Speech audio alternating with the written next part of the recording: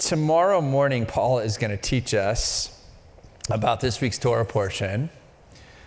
And it is every B'nai Mitzvah's dream to get this Torah portion. It's all about skin disease, leprosy. It's just great, right, Paul? I'll pay him. I'll pay you after Shabbos to say that's great. It's good. He's going to teach us tomorrow, so you should come back for that.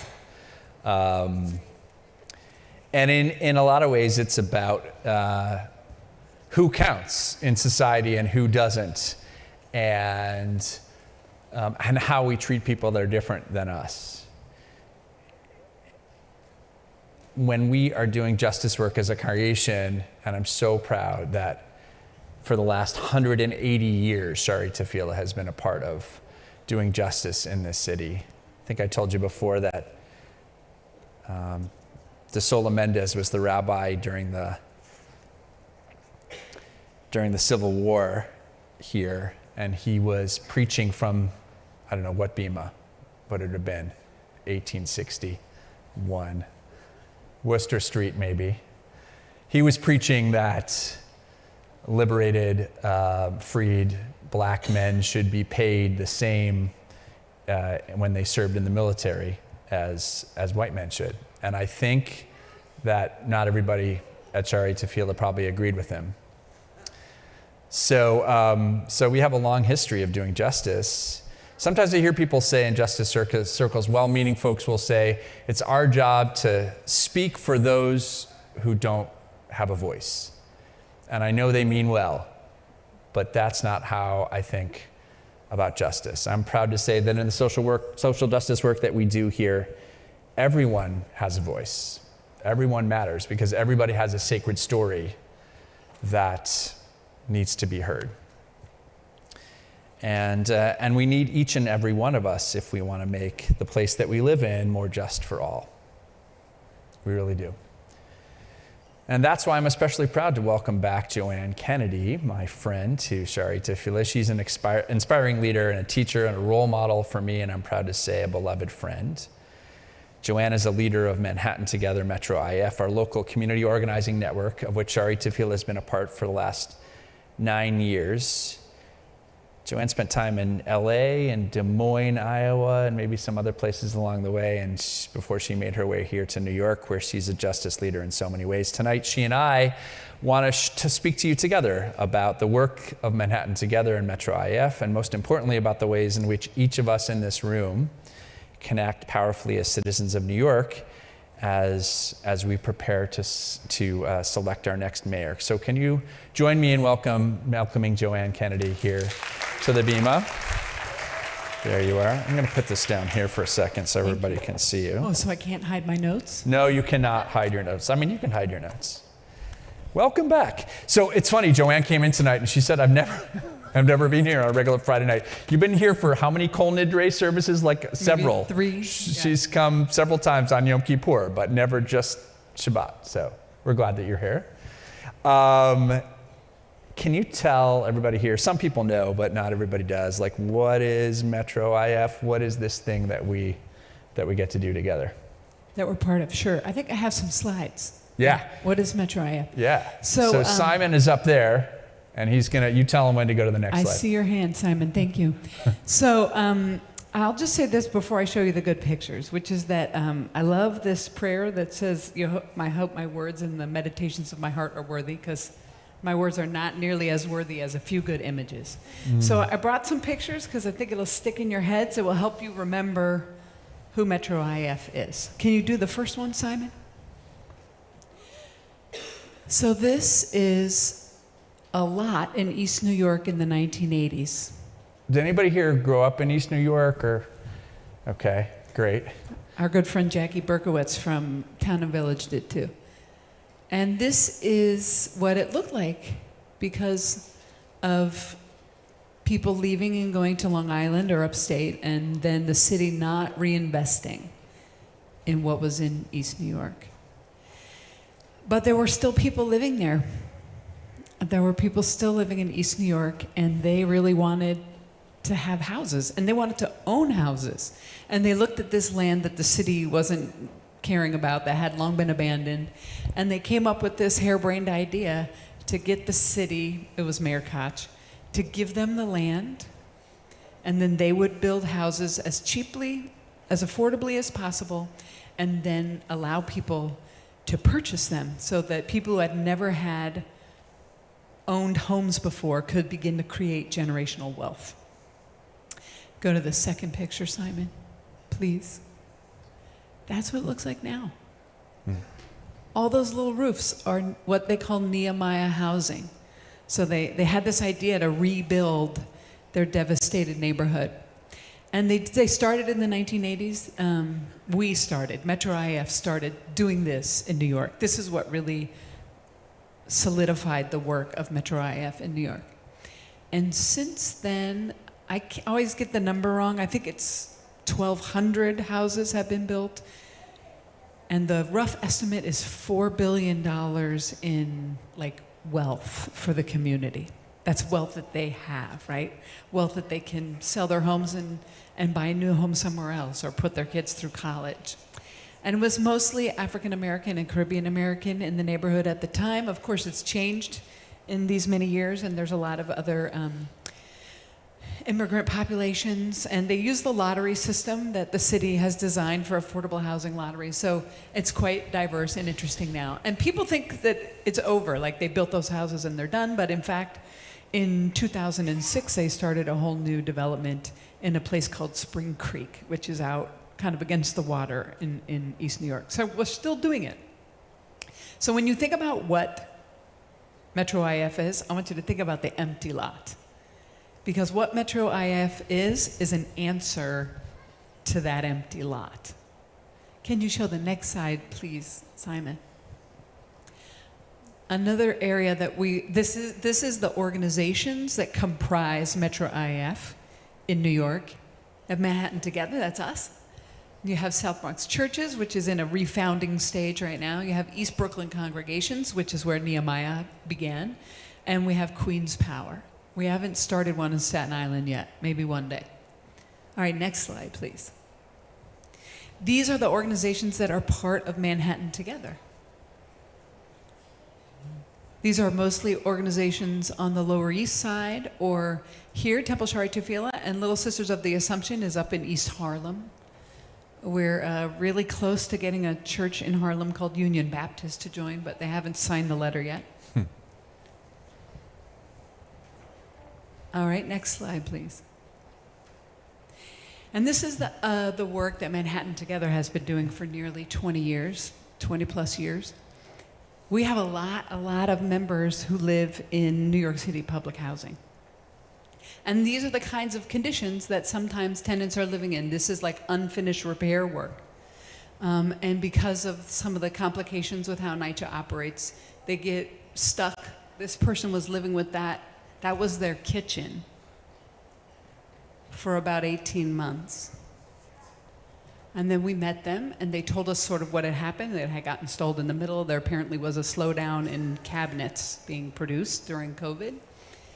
And so, next slide, please. That's what their kitchen looks like now.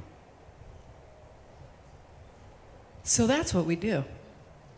What we do is help people to understand their situation in a way to use the power that they can generate from themselves, from their neighbors, from their community, to go to NYCHA and say, it's not okay that my kitchen should look like that for 18 months. What can you do about it? So through 20 years of organizing, we have an email relationship, actually a phone call relationship with the executive vice president of property management at NYCHA.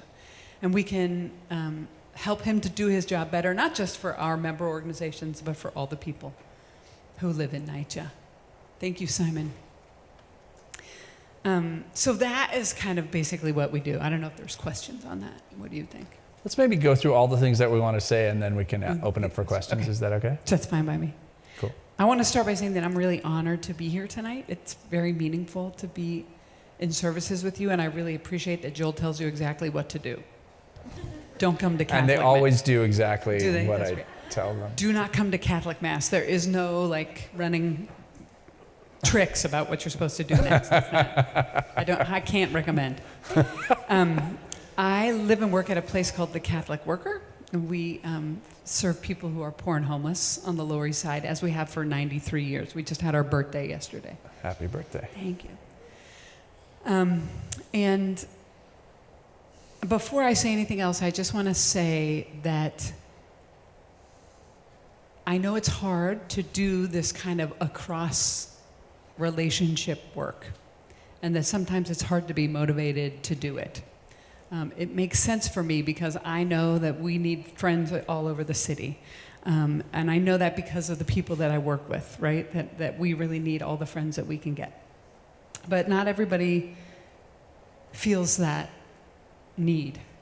And I know that it's been a really hard 573 days since October 7th. And I know that anti-Semitism was bad before that, but it's worse now. And that makes it extra hard to reach out and trust our neighbor organizations. And I don't really know what that's like, but I want to say that I recognize that that's a problem. And I wish there was a more, I want to know what more I can do. And I wish it wasn't that way. And it really sucks, and that's why it's extra amazing to me that a place like Temple Shirei Tefillah would still continue to make themselves open to these relationships, to trust other humans, and to try and engage in this work which will mend the world, which is kind of what we're trying to do. So I'll just put that out there for a minute and recognize that that's like a thing that's out there in the world, and we just have to walk through it together if we can. And I'm sorry for the ways in which you haven't felt supported, maybe by Manhattan Together, but maybe by the whole world.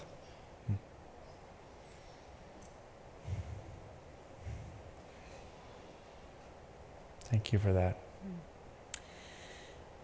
It's poor pittance, but it's better than nothing, I guess. But so the reason that Carol encouraged me to come tonight is because we've been working together really hard on the agenda that the city has around NYCHA, like the pictures you saw, very, very hard work. But the other issue we've been working a lot on is mental health.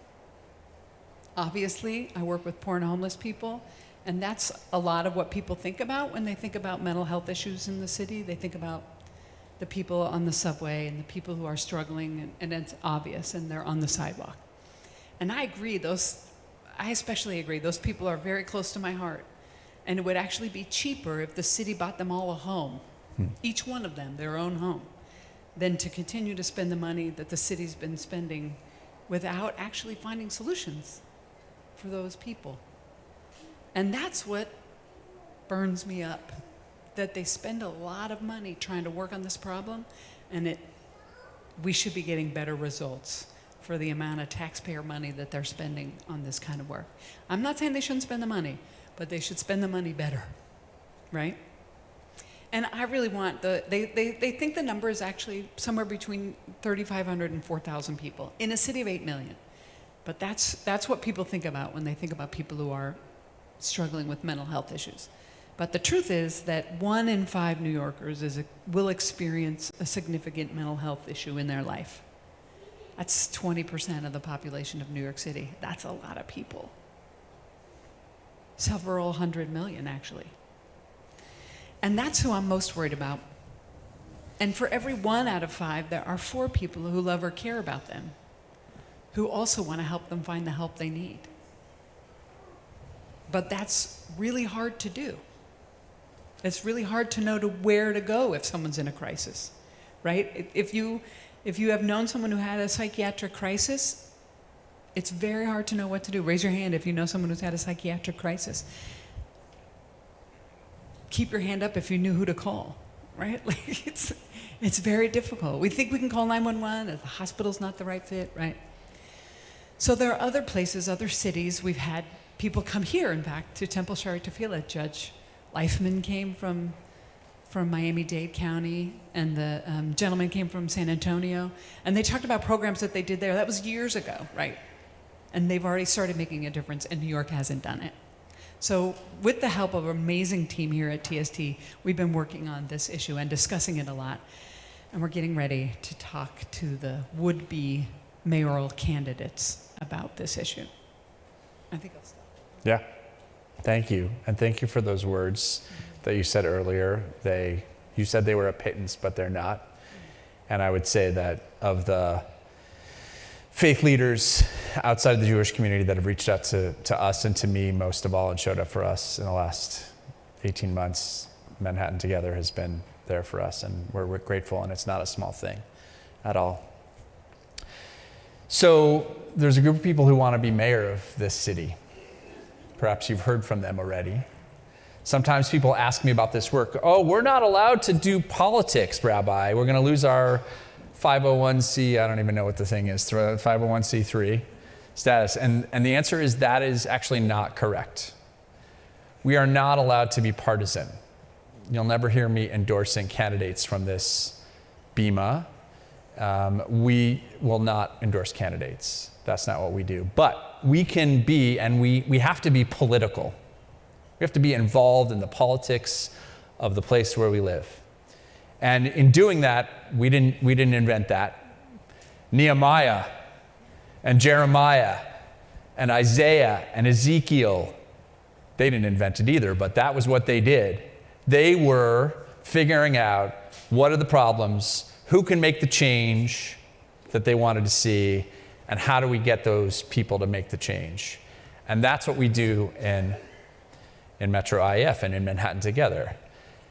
The leaders of NYCHA can fix thousands of units of broken down housing that our neighbors live in. We got to make them do it. And the city can give services, mental health services, to people who need it, and we have to make them do it. And the NYPD that buys more guns than anybody else other than the federal government can make the gun companies, this is a complicated story, I want to tell you the shortest version of the story. A report came out last week that over the course of a less than 15-year period, 52,000 guns that had at some point belonged to cops around the country. When those cops were done with them, the gun companies bought them back and then resold them. And over the course of 15 years, 52,000 of those guns ended up in crime scenes all over the country.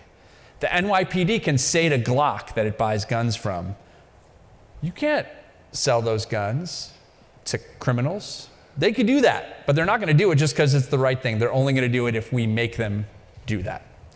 So every 4 years, there's a mayoral election. And every 4 years, Metro IF holds a candidates forum. And on June 1st, there's going to be a candidates forum. Now, let me be clear. It's not really a candidates forum. We're calling it a mayoral accountability action. Because what we mean by that is they're not going to come and be like, oh, here's the mic. Say whatever you want to say. And go give your stump speech. That's not what we do. We've been thinking about mental health. What do we want to ask the candidates about mental health? What do we want to ask the candidates about NYCHA? What do we want to ask the candidates about education policy in the city? What are the other things? I know I wrote them all. Affordable housing, quality of life, transportation, youth development. We have questions. So we've invited all the candidates who are going to get matching funds, right? So not every candidate. We were on the Lower East Side the other last week, and some guy with a megaphone said he was running for mayor. That guy probably isn't getting invited to our forum. But people who, I was looking this up today, it means that, among other things, they agree to abide by spending limits, so that theoretically money is not the only thing that decides. So we're inviting the candidates who are receiving matching funds, and they're all invited. And we want to show them power. And we have power because we have organized people and organized money. That's what faith institutions are at a certain level. Organized people and organized money. And they want votes. So if they see a room or two filled with a diverse group of New Yorkers, smart people with stories to tell, who have questions, that they're going to know in advance, right? Yeah. They're going to know the questions in advance. We're not trying to stump them. We're going to tell them what the questions are in advance. We're going to tell them what the right answers are to the questions. And if they come and they say, yes, I will do that, and yes, I will meet with you in my first 100 days when I'm mayor, then we will all cheer them. Because in organizing, we say we don't have any permanent allies and we don't have any permanent enemies. We don't have any permanent allies and we don't have any permanent enemies. So whatever your politics are, Mayor Giuliani was one of the best partners that Metro IF ever had. Not because all the citizens, all the participants in Metro IF thought he agreed with them politically, but because he saw that we had power, and he did the things that we wanted him to do. We disagreed with him about other things, and we made sure we told him that too. So on June 1st, in 2 locations, we're holding this mayoral accountability action. One location is right where you're sitting, right here. The other location is in East Brooklyn at St. Paul's Community Baptist Church. And this is the way it's going to work. On the screen, we'll be able to see what's going on in Brooklyn. On a screen in Brooklyn, they'll be able to see what's going on here. And we're going to call the candidates, and we're going to say, now we're talking about NYCHA housing. Now we're talking about gun violence. Now we're talking about affordable housing. Now we're talking about public safety. And we're going to ask them questions. Some of the questions will get asked in Brooklyn. Some of the questions will get asked here. And we want to put at least 300 people in this room. Now, not 300 people don't need to come from Shari Tefillah, although if 300 people want to come, is that okay? All right. Carol and I have done something on your behalf, and you can, I don't know, blame me. It was my idea. We said we were going to have 150 people from Shari Tefillah here from 3:30 to 4:45 in the afternoon on June 1st. You'll hear more about it. And what we want to be able to do is show the candidates that we are organized and we're ready to act, and we want to ask them some questions that we want to hold them accountable to for the things that we've been thinking about and researching about mental health and what the city can do on mental health and a whole bunch of other issues that we care about. So anything else to say about the forum that people should know, you think? No, that's great. I'm over here counting seats. So, anything else that you want to say before we open it up to a few questions that people might have about Metro IF, about Manhattan Together, about the action on June 1st? We really need your help. This is not about the rabbi standing up in the front and everybody being like, oh, we're so proud of the rabbi.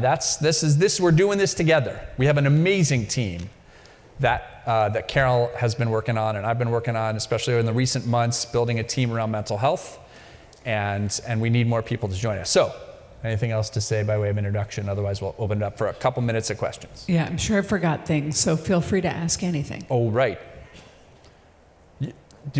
I wrote down here you were going to say, why does turnout matter? But did I already say it? I think you did say it. Turnout matters because if we say that we're powerful, but we can't fill the room with people, they'll know it's not true, right? And we want to put 300 people in this room. We'll take more. They're going to try to put 1,700 people in the room in East New York. So altogether, we want at least 2,000 people. And think about what it would mean to politicians to see 2,000 people across this spectrum, right?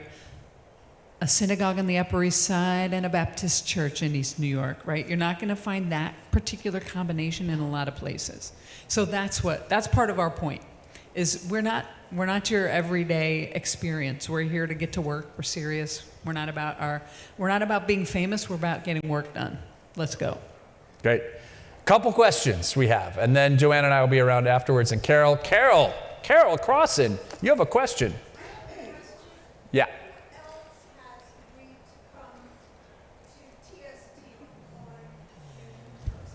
What other organization, so I can hear for people on the stream, who else has agreed to come to Shari Tefillah from Manhattan? So if you're super interested, we actually have a tracker that this is how many people will come. Little Sisters of the Assumption from East Harlem is going to send some people down here. We are asked. And who? Yes, Backpack Buddies partner, that's right. I'm going to send some people up from the Catholic Worker. Our friends at Our Lady of Sorrows haven't decided yet if they're going to come here or go to East New York, but we're pushing them to come here. Town and Village Synagogue from 14th Street is going to send some people up. we recently met the pastor at Riverside Church. We're going to try to get her to send a few people over. There's a group of tenants at the Amsterdam houses, which is the NYCHA complex, which is closest to Lincoln Center. And Amsterdam Houses is going to come with a team of people over here. Who else? Who am I forgetting? St. Thomas More and Our Lady of Good Counsel. We're going to go to them and see who they might bring.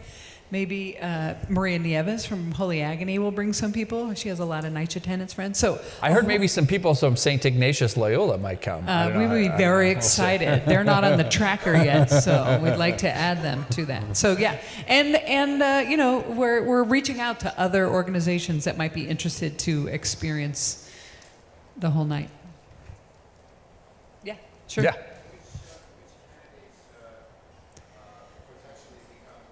Which candidates? Which candidates? So Lander, Stringer, Mandami are all confirmed. We are working very hard on trying to pin down Mr. Cuomo. He has not yet committed. We were thinking about another date. He said he was going to be out of the country, so we moved the date for him. Yeah, he first said, I can't come that day. I'll be in Puerto Rico. We said, okay, we'll change the date. So he hasn't committed yet. If anybody knows a way to get him to commit, let me know, because we're interested in that.